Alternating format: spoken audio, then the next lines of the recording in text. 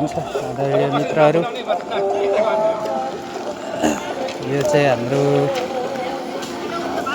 श्रम संस्कृति पार्टी सुन्दर हराइचा नगर कमिटीले सुन्दर हराइचा वडा नम्बर 9 अन्तर्गत सीता राई विकको चाहिँ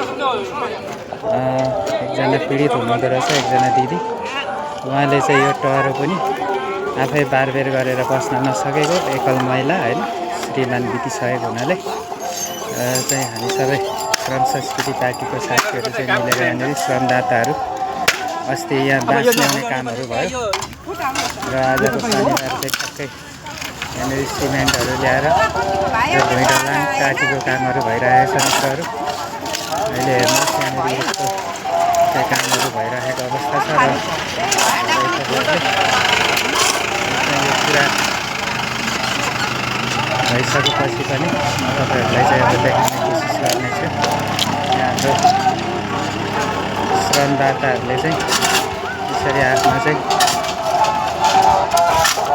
तन मन धन लगाएर चाहिँ श्रम लगाएर चाहिँ यसरी भट्टाभट काम गरिराख्नु भएको अवस्था छ र हामी पनि अर्को आज पुरा हुँदैन यो र अर्को हप्ता शनिबार चाहिँ यसलाई पार्टीमा लिउनसिन हालेर ढोका लगाइदिएर हामी तयार गर्ने योजना रहेको छ।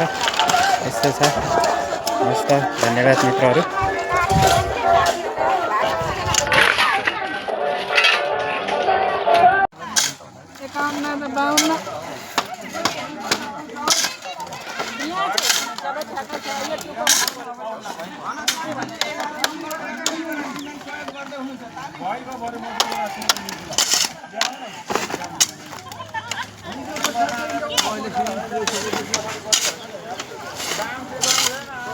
यस्तै मित्रहरू, हाम्रो श्रमदाताहरू चाहिँ यसरी चेलीहरू चाहिँ एक्टिभ हुनुहुन्छ। यहाँ पर ढलानको काम चलिरहेछ, मिस्त्री जीवहरूले यसरी ढलान गरिराख्नु भएको छ। उता टाटी यसरी पारिसक्यो, अब तल्लो छेउमा लाउनको लागि थोरै टाटी बाँकी रहेको अवस्था छ।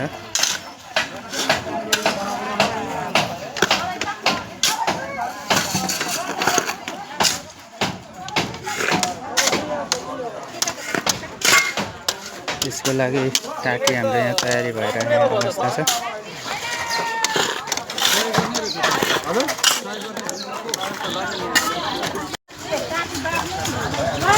हाम्रो चाहिँ यहाँ ढलानको चाहिँ मसला फिटिङ भइरहेको अवस्था छ। टाटी बाँध्यो यसरी।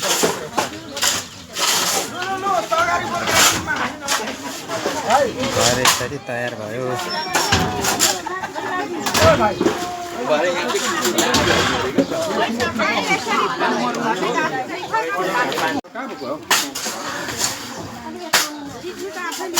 हाम्रो श्रमदाताहरूले यसरी चाहिँ नै हाम्रो जेनजी श्रमदाताहरू यहाँनिर हुनुहुन्छ।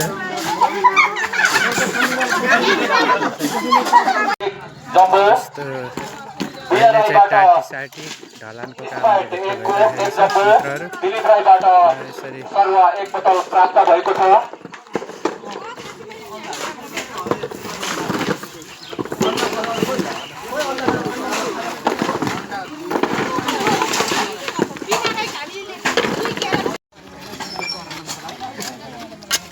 नमस्ते मित्रहरू, तपाईहरुलाई स्वागत छ हाम्रो नेपाली आवाजमा। श्रम संस्कृति पार्टी सुन्दर हराइचाले सीता राई विकको चाहिँ बास नभएको हुँदा यसरी चाहिँ हाम्रो मोरङ सुन्दर हराइचा नगर समिति र श्रम संस्कृतिका टिमले यसरी चाहिँ अब घरहरू बस्नको लागि आवास चाहिँ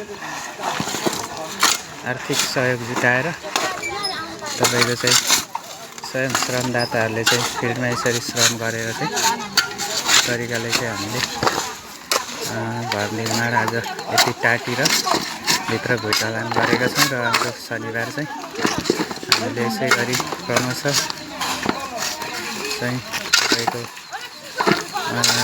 लिउन हानेर लिपपोत गर्दै र ढोकासोका लगाइदिएर चाहिँ यसरी घर तयार गर्ने हाम्रो योजना रहेको छ।